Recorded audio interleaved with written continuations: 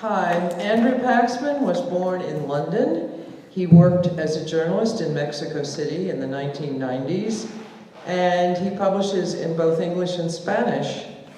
His books include a 2018 anthology of profiles of Mexico's state governors, entitled Los Gobernadores, Caciques del Pasado y del Presente, and the 2017 biography, Jenkins of Mexico, How a Southern Farm Boy Became a Mexican Magnate, which was published in Spanish as En Busca del Señor Jenkins, Dinero, Poder y Gringofobia, because everybody in Mexico knows about Jenkins.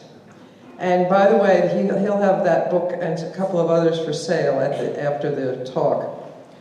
He also co-authored a Mexican bestseller, El Tigre, Emilio Azcárraga y su Imperio Televisa, which was published in 2000 and reissued in revised edition in 2013.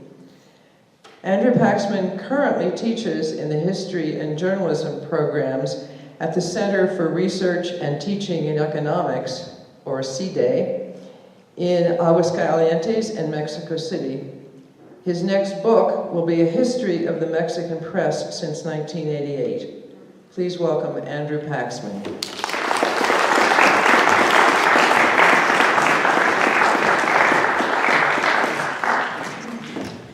Thank you very much. I'd like to begin by thanking Signa for the invitation. It gives me great pleasure to be back here in San Miguel a year after my first talk. I'd also like to thank Lucina, who is giving me posada tonight. Not just me, but my wife and a small child who are running around outside at the moment.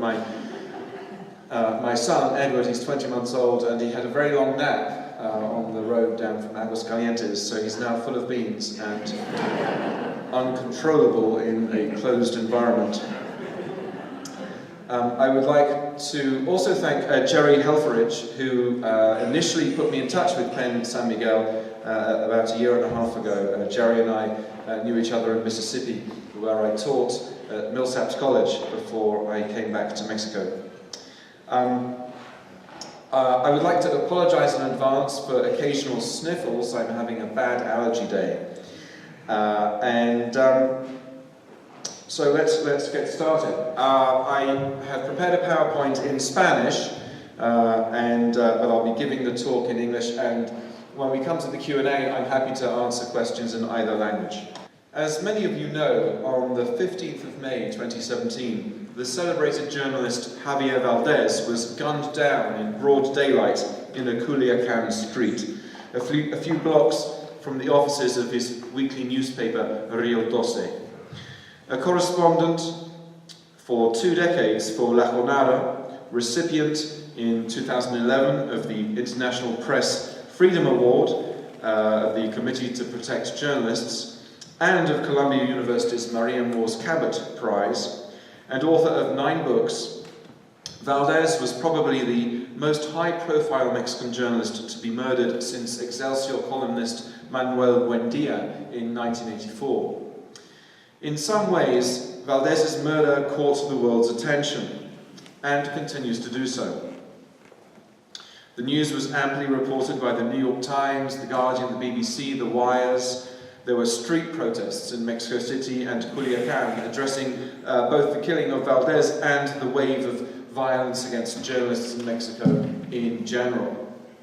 In February last year, the publishing house Aguilar instituted the Premio de Periodismo Javier Valdez Cárdenas, an annual award for the best reporting on drug trafficking, political corruption, or other matters related to Mexico's epidemic of violence, the theme at the core of the work of Valdez.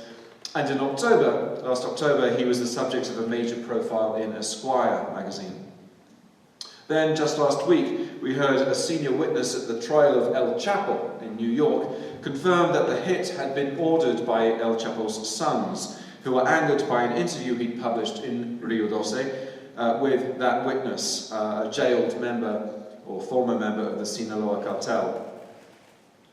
And so, among those who care about freedom of the press and the safety of journalists, the name Javier Valdés will not be forgotten. But how many are we?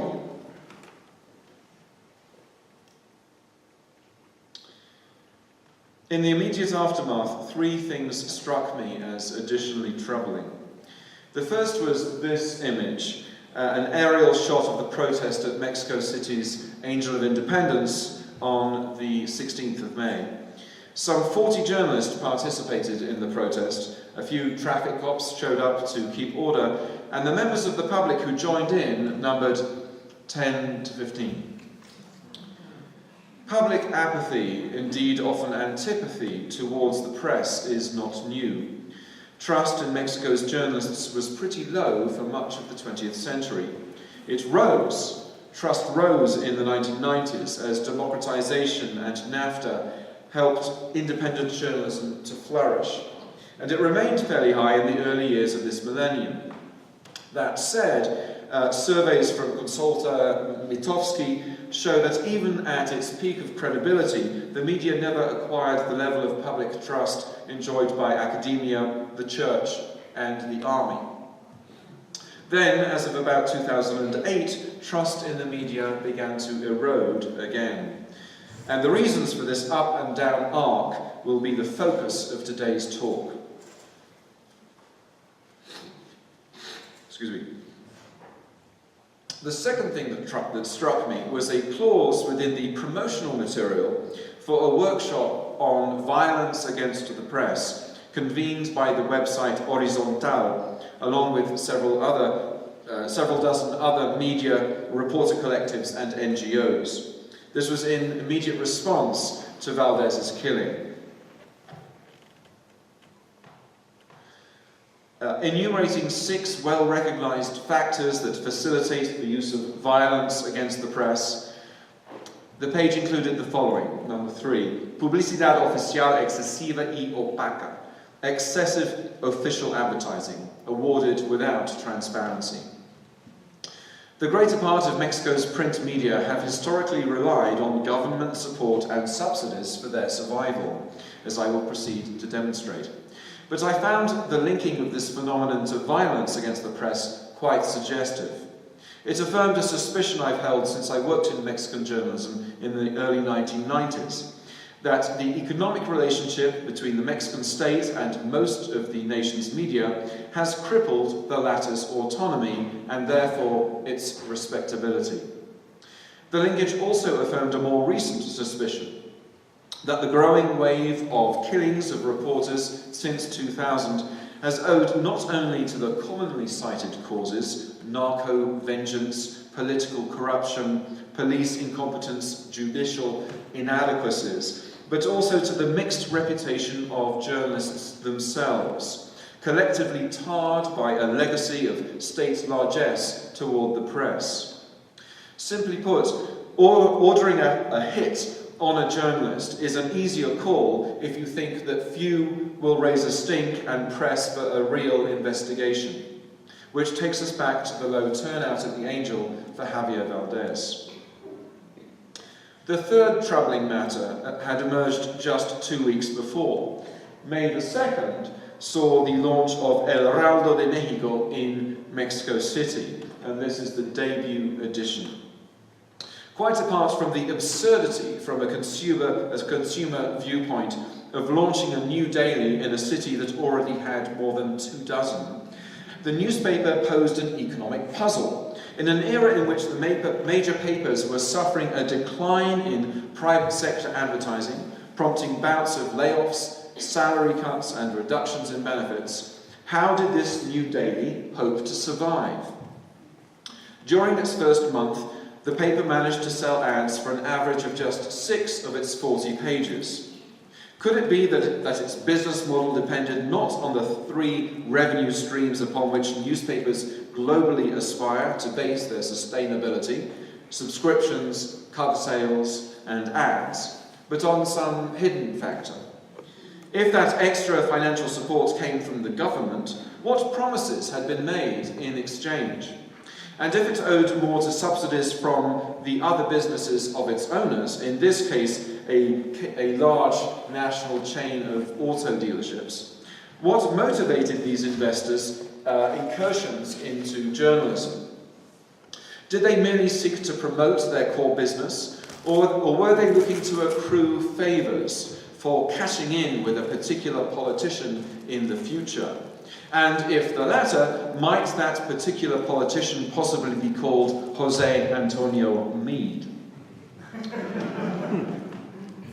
These are questions that could well be asked of most of Mexico's dailies. What's the true agenda? Where does the money come from? But for now I want to linger on the irony of this new daily making its bow just days before the killing of Javier Valdez. Ostensibly, the launch of a newspaper is a cause of rejoicing, a new voice in the public forum, a new fount of information, a new alternative perspective, a new source of jobs for journalists. But I offer that El Heraldo is part of the problem. Yet another pasquin, a petty rag, if you will, pretending to offer plurality via a half-dozen well-known columnists, launched in the early stages of a presidential campaign season, and further harming the reputation of the press as a whole, which again takes us back to Javier Valdez. And so, what I want to argue is that Mexico suffers from an excess of press. There is an unhealthy multiplicity of newspapers in cities across the country, the vast majority of them neither self-supporting nor willing to serve the founding principles of the world's great dailies, to maintain a well-informed citizenry and to hold the powerful to account. This multiplicity not only demeans the press as a whole, thereby making journalists more vulnerable, it also fragments into tiny portions the private sector advertising pie, thereby making it harder for ethically minded newspapers, what I shall call civic papers, to resist the seductive offers of state handouts, which in turn foster self-censorship. In sum, Mexico would benefit from fewer newspapers. Something odd emerges when one compares the press landscapes of Mexico City and New York City, the two largest metropolises of North America. The city limits population of both is around 9 million. The metro area population of both is around 20 million. However, the number of daily papers that circulate in these cities differs greatly.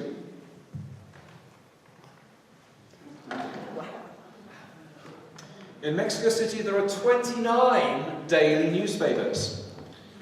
In New York City, although purchasing power is much greater there, the number is just 8.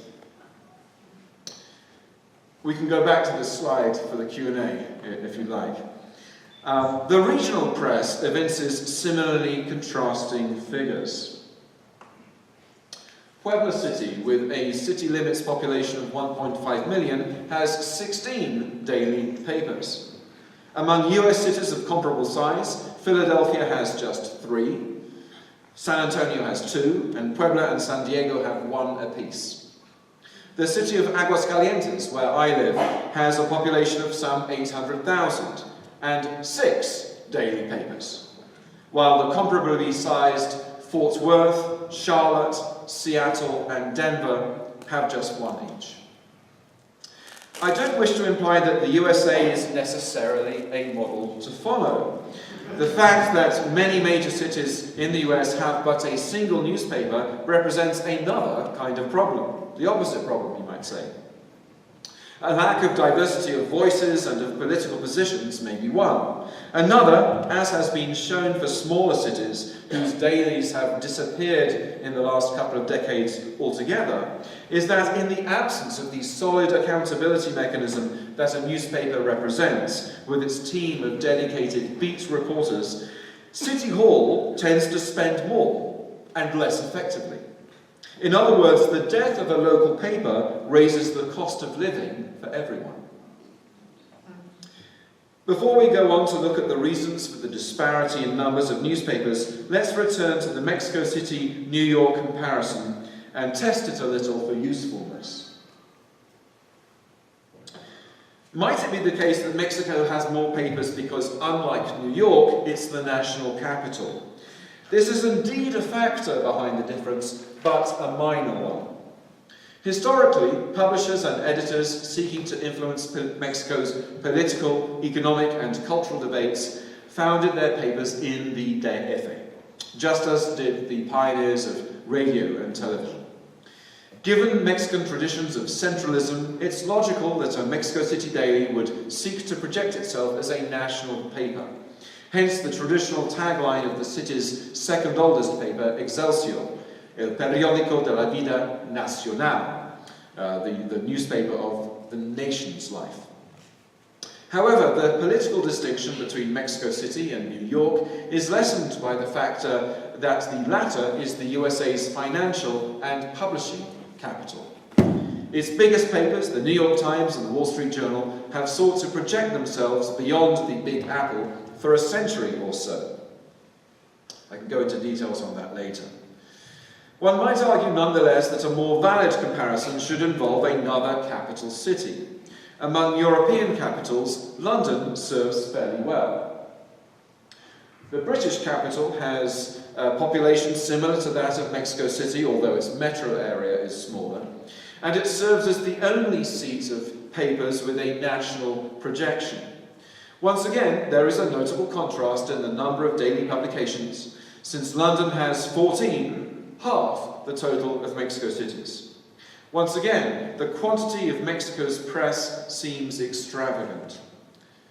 So why is this? What explains Mexico's excess of press? I'm going to talk about 4 factors in general. 3 of them I describe as business models: dependency, synergy, and sustainability. The 4th, which is in brackets, chantaje or bribery, is not so much a business model, but an aspect. Yes, I know. It's a shame we even have to address it.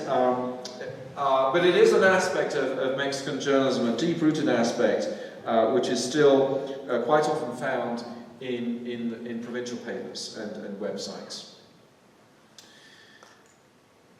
A century or so ago, the Mexican Revolution swept away the newspapers published during the long dictatorship of Porfirio Diaz. As of 1914, a new generation of papers began to be founded, and the ones that survived were those that first sympathized with Venustiano Carranza, then switched their allegiance to Álvaro Obregón in 1920, and as of 1929, supported the party we know and love today as the PRI. There arose 3 basic business models. The dominant one could be termed dependent, in that support for the president and his regime was crucial to the paper's survival, and was rewarded with various financial supports. The second model, generally appearing as of the 1940s, was synergistic. The paper was the property of an established industrialist who sought to promote and advance his economic interests through the paper. The third, not emerging in Mexico City until the 1980s, was self-sustaining, and thus similar to the predominant model in the US and UK. But it has always been the least common model of the 3 in Mexico. So let's see how these models operated. The dependent model, as I mentioned, emerged during the revolution, or rather re-emerged, as it had prevailed under Porfirio Diaz. The newspapers El Demócrata, 1914, El Universal, 1916, Excelsior, 1917, began more or less as pro-Carranza propaganda organs, and US Embassy officials reported that these papers received state subsidies. In fact, the early investors in El Universal and Excelsior included several members of Carranza's cabinet, including his Secretary of the Treasury. Subsequently, should these papers report stories to which any regime took exception, they would feel the consequences. Excelsior went bankrupt and almost folded in the early 1930s after angering President Calles. During World War II, Mexico's papers learned to live off the largesse of others, namely the embassies of the Allied powers, chiefly the US and the UK, who were keen to buy favourable coverage and thus counter a notable pro-German sentiment among the population. This era, it seems, is when a culture of expecting handouts congealed, and after the war under President Miguel Alemán, the Mexican state stepped in to replace embassy funding with its own. Government ministries began to subsidize newspapers directly with advertising purchases and paid stories known as gacetillas, and indirectly handing out cash-stuffed envelopes once a fortnight to the reporters who covered those ministries, a routine bribe known as embute. The system of press co-option and the self-censorship that resulted would remain in place for another 40 years, until President Carlos Salinas began to dismantle it. And it was a system that was rarely questioned. As the Proceso editor Rafael Rodriguez Castañeda documents in his entertaining volume Prensa Vendida, or Sold Out Press, this is a 1993 book which you can still find in second-hand bookshops because it's sold by the boatload. According to this book, Mexico's leading publishers and editors gathered once a year to fete the sitting president on Freedom of the Press Day. At this Orwellian ritual, speakers competed to offer the president the most fawning praise, upon which the big man would return the compliments, but often add a warning about the grave responsibilities that come with freedom of speech. In other words, keep up the flattering coverage or face a newsprint or advertising boycott. The whole spectacle caused one free-thinking journalist to label his peers the Frente Único de Lambiscones, the united front of brown noses. But perhaps we should not judge too harshly given the norms of the time. After all, as of the 1920s, federal and state governments afforded support to all kinds of cultural activity, from publishing houses to the muralist painters, Diego Rivera and so forth, to film, radio and television. The proximity between governments and the cultural intellectual sphere was made yet greater by the custom of naming writers to ambassadorships and cabinet posts. Such factors helped foster a general expectation of government aid among the founders of newspapers. Ministers and publishers were all part of the so-called revolutionary family. They were collaborating to make Mexico modern. On the other hand, not everyone would be co-opted. Once or so every presidential term, someone with a wish to speak truth to power, someone with a disgust at the rampant corruption of an Alemán or an Echeverría, someone desperate to remind the regime that it was losing sight of its revolutionary origins, would launch a new organ that offered a critical voice. Such were the impulses that gave Mexicans Siempre and Opinión Pública in the 1950s and Política in the 1960s. That gave us Proceso and Uno Más Uno in the 1970s. The dependent model is still very much with us. Some papers, like Excelsior, have rarely abandoned it. Others, like El Universal, left the dependent model in the 1990s for the attractions of investigative and civic-oriented respectability. But lately, amid falling ad sales, they have submitted, or many of them have done so, to the magnetic pull of the state's proffered hand, a trend to which I shall return.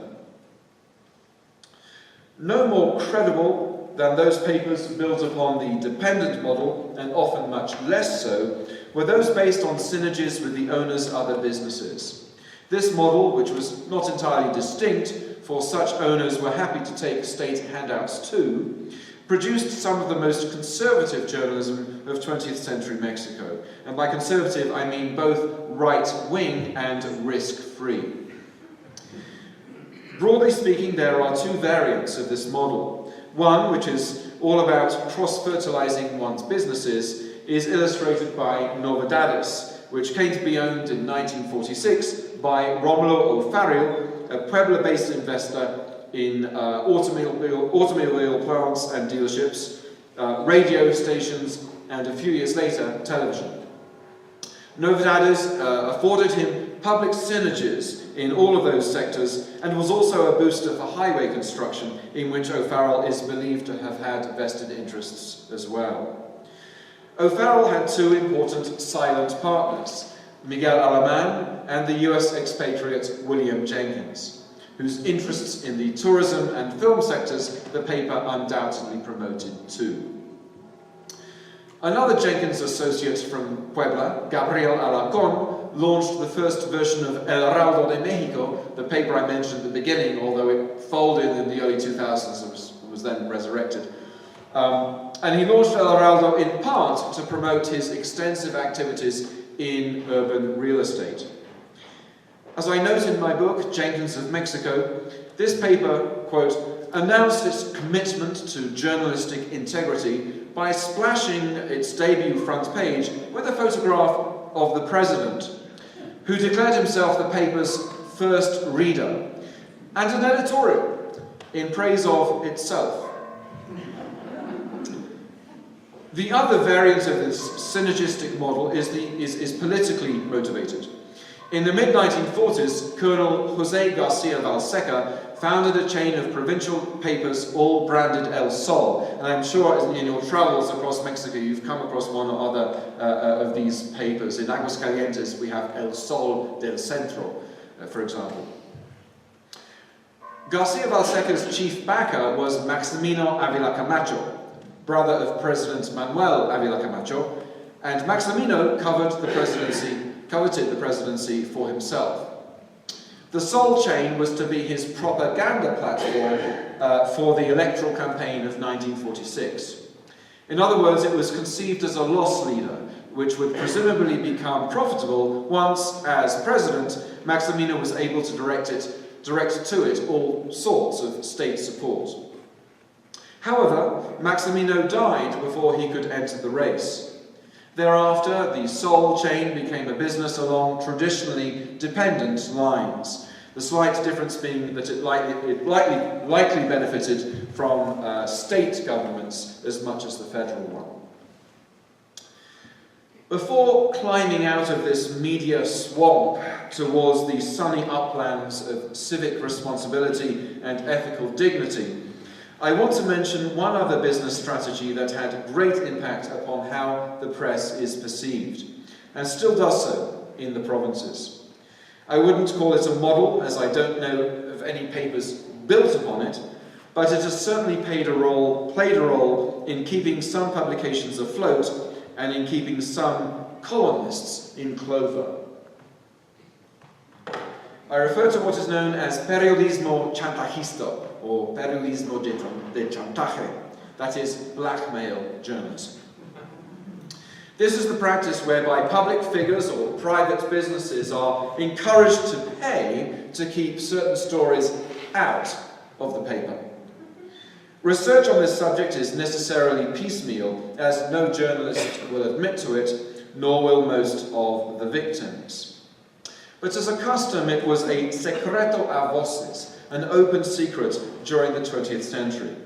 Indeed, according to Rodriguez Castañeda's book Prensa Vendida, the book I showed earlier, presidential speeches at these annual Freedom of the Press Day banquets sometimes alluded to it as a practice that needed to be stamped out. The custom persists in some parts. In Puebla, I recently heard of a US-owned company that suffered an industrial accident a few years ago when a Pemex rail wagon exploded at one of its plants, killing 6 workers. The matter was investigated and Pemex, rather than the private firm, was held liable. But a few months later, the general manager of that firm, a Mexican who was the cousin of a friend of mine, received a call from a columnist at the Puebla news portal Status. The columnist claimed to possess information that would reveal the firm's culpability, or partial culpability, in the accident. If the GM wanted to keep the story from running, he must pay 500,000 pesos. The GM's instinct was not to give in, but the US owners of the company insisted he act to avoid bad publicity. And so he paid.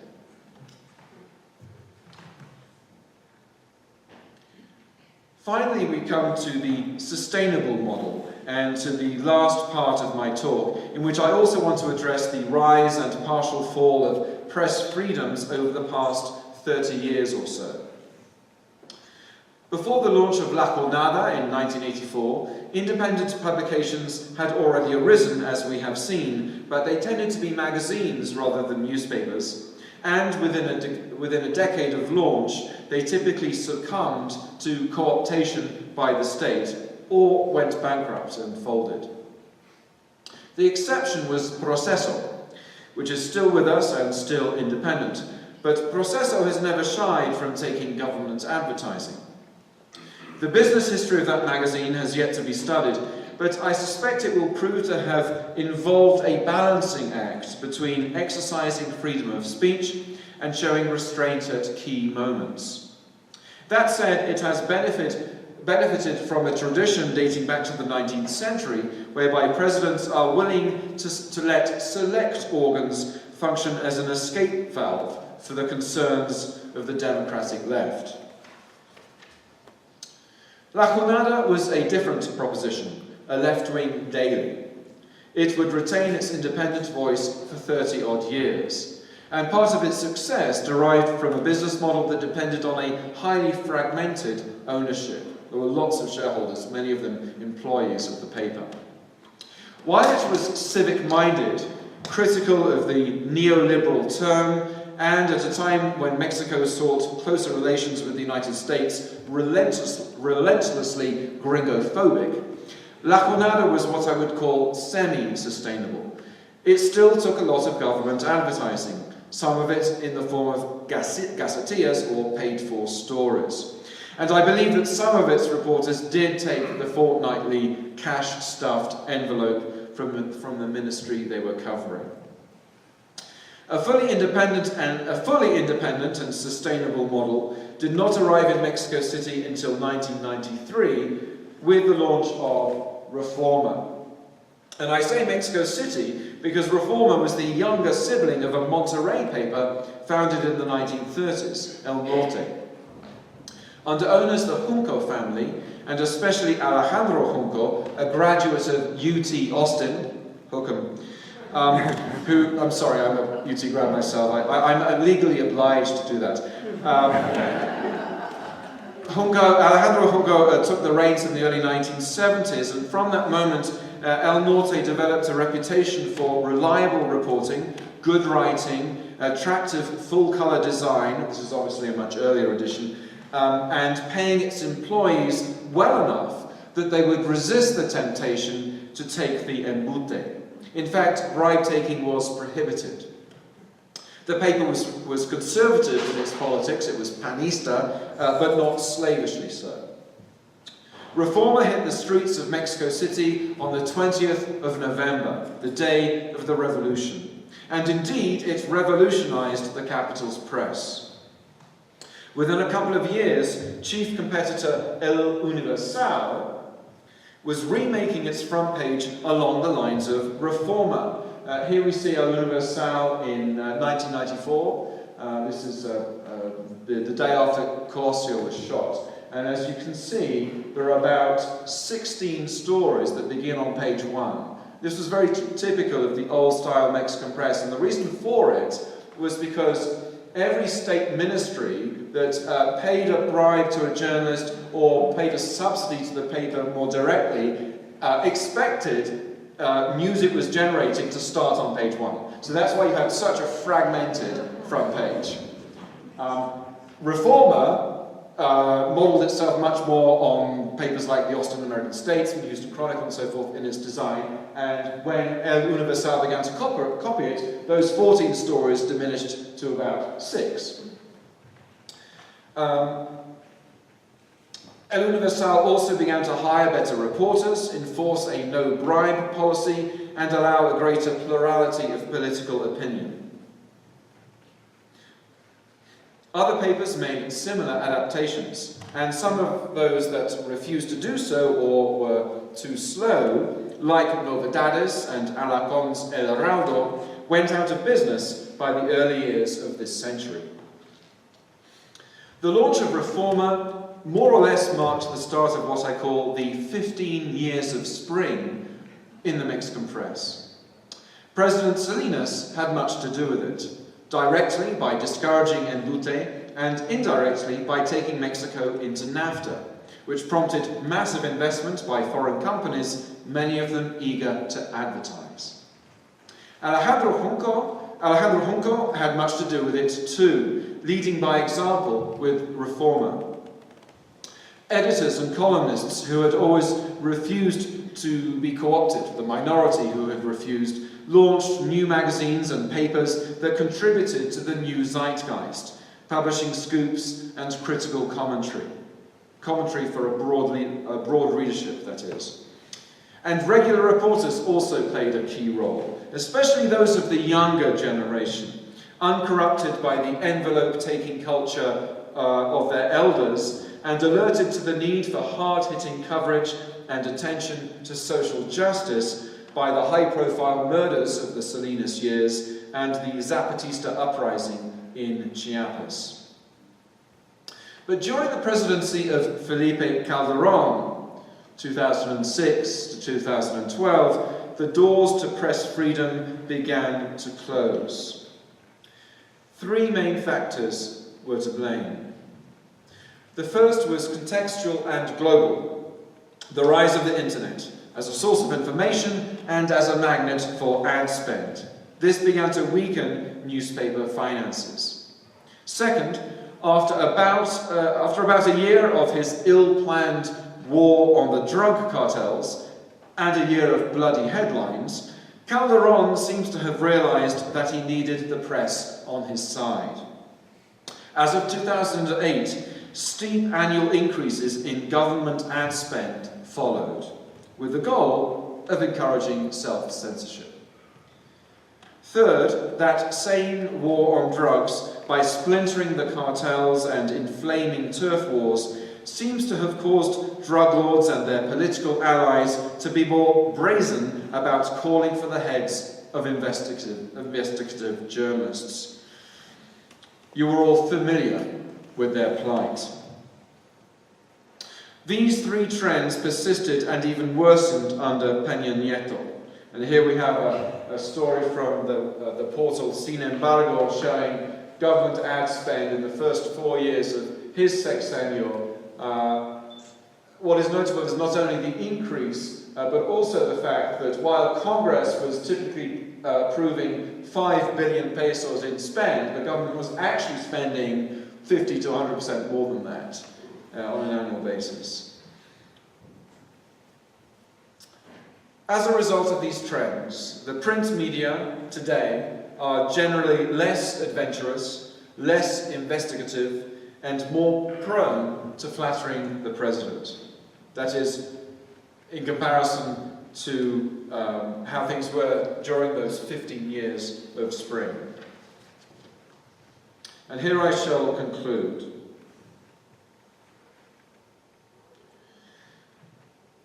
I mentioned near the start, we'll get to that slide in a second. I mentioned near the start that we shouldn't necessarily want to see Mexico's press become more like that of other countries, such as the US or UK. I certainly wouldn't advocate, for example, for major cities having but one newspaper, nor for city newspapers being gobbled up by corporate chain operations that feel themselves more answerable to shareholders than to local residents.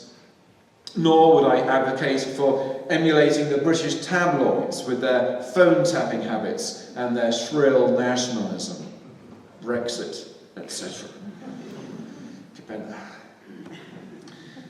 But some aspects of the US and UK media experiences are salutary.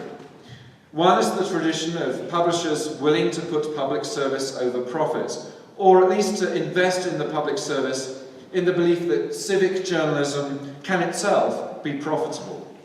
Unfortunately, the Alejandro Juncos of Mexico are all too rare. Another is that of the newspaper owned by a non-profit trust, like The Guardian.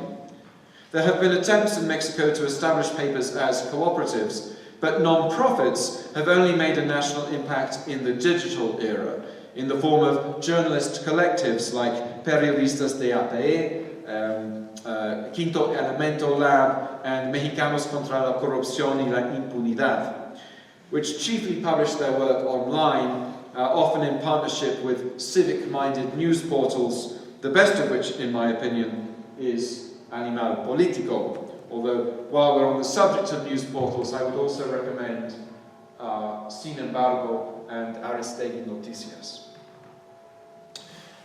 A third, more recent overseas tradition is that of billionaires who have made their money elsewhere coming to the aid of great but ailing titles, like Jeff Bezos with the Washington Post, or John W. Henry with the Boston Globe. Or bankrolling new platforms, like Pierre Omidyar, I think that's how you pronounce his name, with the Intercept. In each case, these owners have philanthropically recognized the social value of journalism. In other words, they have invested not to make money, but to sustain an institution. And they have also pledged not to interfere in editorial. But where are the billionaire philanthropists of Mexico when the press needs them? Carlos Slim has taken a stake in Reforma, and he has supported La Jornada and Proceso with generous ad buys over the years. 2 or 3 years ago, he looked at buying La Jornada, but chose to pass. And so, out of desperation, La Jornada took $1 million buy from the government and began to splash a smiling Peña Nieto on its front page. Meanwhile, circulation and ad revenue at Mexico's papers continues to fall.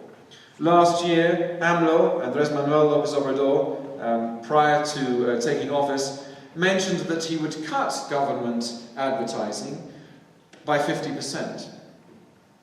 If he follows through, that could have a salutary Darwinistic effect, killing off those papers that have long leached off the state for their survival and allowing the more viable titles to divide the private sector ad pie between them, which would in turn diminish their dependence on the government and therefore their tendency to self-censor. Well, we shall see. Thank you very much.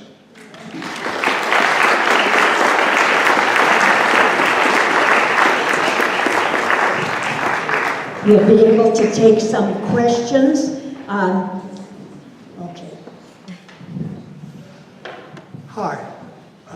What do you have to say about the major state of Guanajuato newspapers in terms of ownership and objectivity? Sol de Leon, Correo, and AM. I don't know very much. As was mentioned in the introduction, my next book is going to be a recent history of the Mexican press from 1988 to the present. And one of the tasks I have before me is to make sure that this is a holistic book that looks not only at the history of the Mexico City press, which I know pretty well, and also the Puebla press from having lived in Puebla for a year and a half and made regular visits, but the press in this state of Guanajuato and other parts of the country. I mean, anecdotally, I'm told that AM is a very good paper. It does have a good reputation among journalists. Some AM reporters have gone on to the major, more reputable papers in Mexico City. But that's about as far as I can go, I'm afraid. If you have some intelligence on the matter, I'd be happy to talk to you afterwards.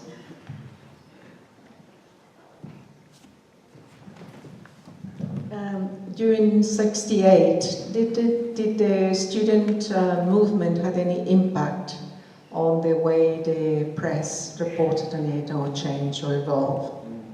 That's a great question, because 68, as I'm sure you all know, is this watershed moment in Mexican social and political history, which has sometimes been described as the sort of the beginning of the end of the PRI, although I think that's an exaggeration. The PRI lasted for another 32 years in power. But what it did do was plant the seeds of a long-term commitment to social activism among students, some of whom went on to become the great writers, editors and columnists of the 70s, 80s, 90s. And Miguel Angel Granados Chapa being a standout example, Carlos Monsiváis and so on. In the months leading up to '68, there were columnists, a small number of columnists in the major papers who were sympathetic to the student movement. It's also notable that Excelsior, a paper which I mentioned as having generally been a dependent paper and therefore a pro-government paper, had its own years of spring between '68 and '76, when it was led by Julio Scherer, who went on to found Proceso. Scherer took over Excelsior just a few months before the Tlatelolco massacre. But if you look at the Excelsior headline the day after, it's not actually that much different from the headlines in other papers. Now, some papers, I think I had a couple of them on screen earlier, made a big thing of blaming the students for the violence. The initial conspiracy theory put out by the government was armed students had fired upon the army, and so the army returned fire. We know now that that there were snipers planted by the government who shot at the army, and that initiated the massacre. So Excelsior's headline was didn't seek to cast blame on the students, but it did report what was then the official figure of dead, which was about 25. We now know it was in the hundreds. So, does that answer the question? More or less? Yeah, in a way, I'm just wondering whether Ayotzinapa... Sorry. I just was wondering whether the 43 of Ayotzinapa had any similar repercussions or any impact, because it did bring quite a lot of exasperation among the population. Yes, well, it certainly had an impact on public opinion of Peña Nieto. It also had an impact in the sense that Peña Nieto, in the wake of that, felt the need to spend a lot more on advertising. So, if we were to start this, if we were to start this chart in 2000, and the NGOs Fundar and Article 19 have done work on this, we would see that under Fox, government ad spend was increasing, but increasing very slowly, and it continued to increase slowly in 2006, 2007, first year of Calderon, second full year of Calderon, 2008. The curve starts to go up sharply, and it continues to go up sharply under Peña Nieto. Now, 2014 was a dip, and my personal theory is that for most of that year, because things started to go pear-shaped for Peña Nieto in September of 2014, the month of Ayotzinapa and also the month of the Casablanca scandal. So really the first 8 or 9 months of that year, Peña Nieto was actually enjoying pretty good press from the international community. This was the year that Time published its infamous cover story, Saving Mexico, with Peña Nieto on the front cover looking like a saint. And so, you know, he was sort of riding that sort of international good vibe for most of the year, which I think explains why, you know, the cumulative total for that year is less than 2013. But then to try and recover from the embarrassment of Ayotzinapa, the embarrassment of the Casablanca scandal, he's spending a whole lot more in 2015. I was wondering if you'd looked at non-print media and how TV and radio press operations, for instance, fit into this scheme that you're talking about. Right. Well, as you know, television is dominated by Televisa and TV Azteca, for whom a pro-government line is part of their DNA. So you really don't have to buy them off, because they're going to be loyal to you anyway, because they depend on you, the government, for their concessions. They depend on you, the government, to look the other way when they engage in monopolistic practices, which they frequently have done. That said, television remains, even though obviously, like in the US and elsewhere in the world, Mexican audiences have become so much more fragmented in the digital era. Despite that, Azteca and Televisa are still the easiest ways, the easiest channels through which the government can convey its message to the Mexican population. And so, governments spend generously on advertising on TV, and the same is true of radio. So yes, spend in all three departments: print and online, radio and TV has risen notably in the last 12, 13 years.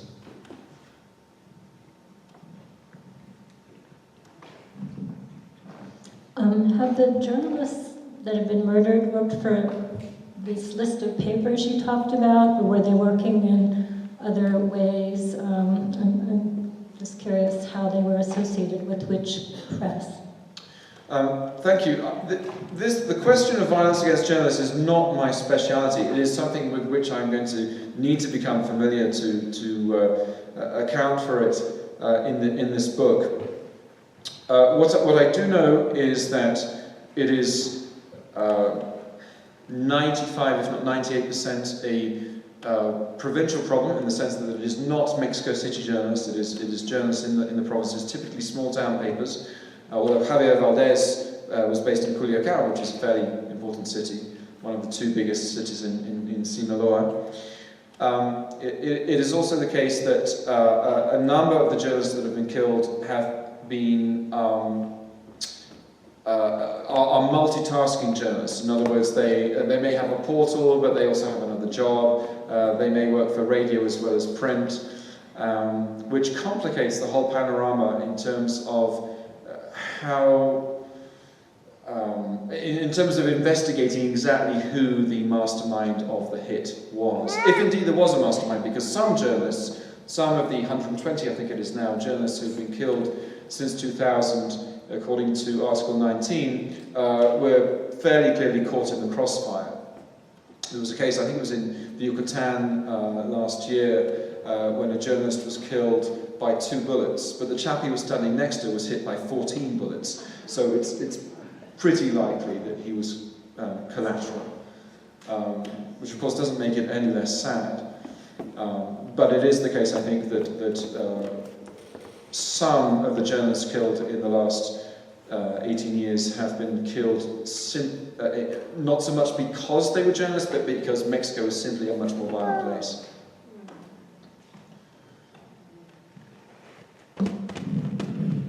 In your presentation, you referred at one point to newsprint not being available, and I've heard that was the supply of newsprint to the newspapers has been over the years one way that the government would keep the newspapers controlled. That's right. And I'm wondering to what extent that still happens. It's no longer the case. There was a government monopoly or near monopoly on newsprint established under Cárdenas. The Cárdenas era is generally thought of as an era of relatively strong freedom of expression in the Mexican media. But Cardenas set up a company called Pipsa that was designed to provide newspaper, some of it provide newsprint, some of it produced locally, but much of it imported in bulk, and through its bulk purchases be able to pass on discounts to the press. It was also willing to let newspapers buy on credit, and sometimes those loans were not repaid. So it became another subsidy mechanism for the Mexican press. And as a subsidy mechanism, and in the post-Cardenas era, it of course began to be used as a mechanism of control. So if the president didn't like what you were publishing, your newsprint ran out. And that happened.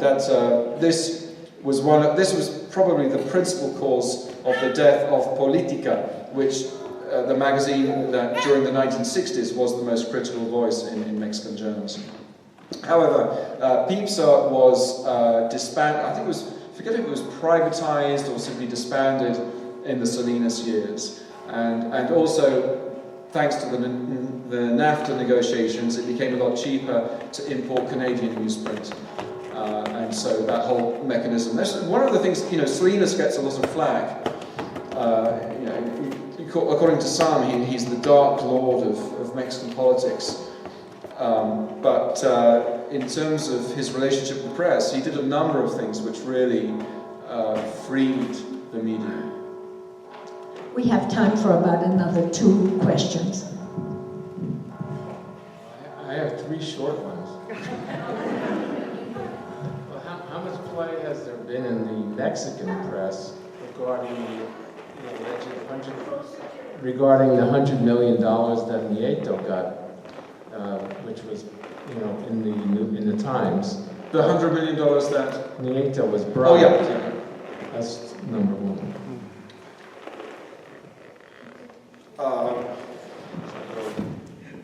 I really haven't gauged that.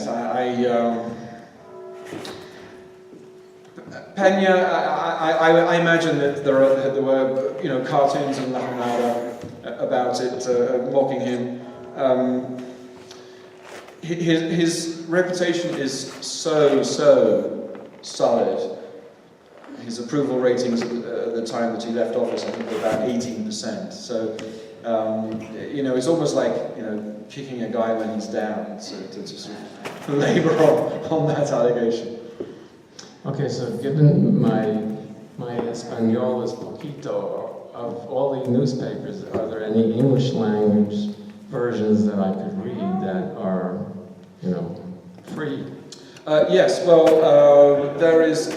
I think the best of the English language sources on Mexico Today is Mexico News Daily, the website, which has a subscription service. I think you're able to read 10 articles free per month.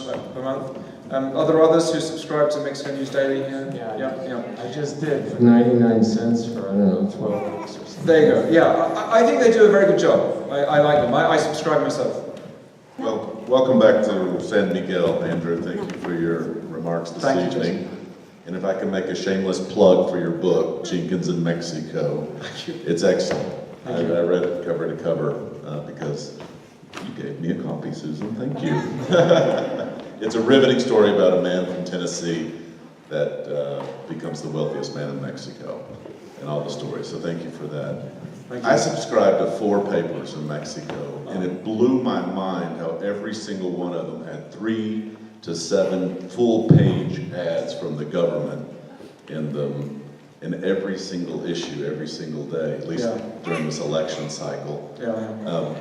You almost have to read 4 papers to get the truth sometimes in Mexico. And I just wanted to ask, what other mediums can people get informed? Would you suggest for people to be as informed as possible about Mexico? And what do you see happening with Twitter? And I mean, WhatsApp is a huge way of communicating with people in Mexico City as well. I think the New York Times, the Wall Street Journal, and the Guardian all do excellent reporting on Mexico. I think that the Wall Street Journal, I might put it First, when one talks about the journal, one always has to distinguish between the reporting and editorial. Editorial is, of course, very, very pro-Republican. It's very right-wing. Wall Street Journal reporters, and I've known a lot of them, tend to be little different in their politics from New York Times reporters. I would say most of them are probably centrists. The Wall Street Journal has, I think, a bigger bureau in Mexico than the New York Times. They just did a brilliant series on violence in Latin America, and several of the stories focused on Mexico, including the last one, which was probably the most uplifting of them, which looks at a charity in Puebla that seeks to tackle violence by going to the home and inculcating, non-violent parenting skills, or teaching parents how to communicate with their children without hitting them. It's really a street children directed charity, but they do a lot of extra work in terms of parental education and so forth. Anyway, it was a wonderful story. The Guardian has some very good writers. So those three papers are my go-to English language news sources. I look at Mexican News Daily for translations of what appears in El Universal, Reforma, and the other Mexican major papers. I'm fairly active on Twitter. I look at Twitter quite a bit to see what's going on and follow, journalists, Mexican journalists that I respect. I have abandoned Facebook. I was on Facebook for 10 years and I left it in November because I felt that it had become, it had long been an ethically challenged company, and the stories in the Guardian, exposés in the New York Times, and also the profile of Mark Zuckerberg in the New Yorker a few months ago collectively persuaded me that I didn't want to be a part of Facebook anymore.